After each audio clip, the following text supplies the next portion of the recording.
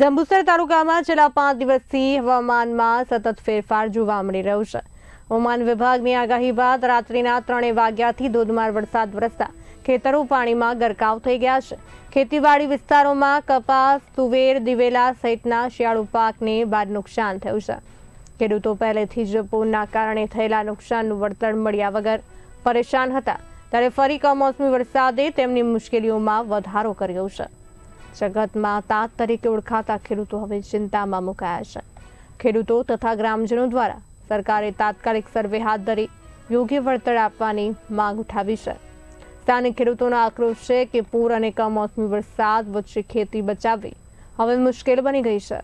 તાલુકા કૃષિ વિભાગ અને વહીવટી તંત્ર દ્વારા તાત્કાલિક તપાસ કરી અસરગ્રસ્ત ખેડૂતોને સહાય મળે તે માટે જરૂરી પગલાં લેવામાં આવે તેવી માંગણી ઉઠી છે।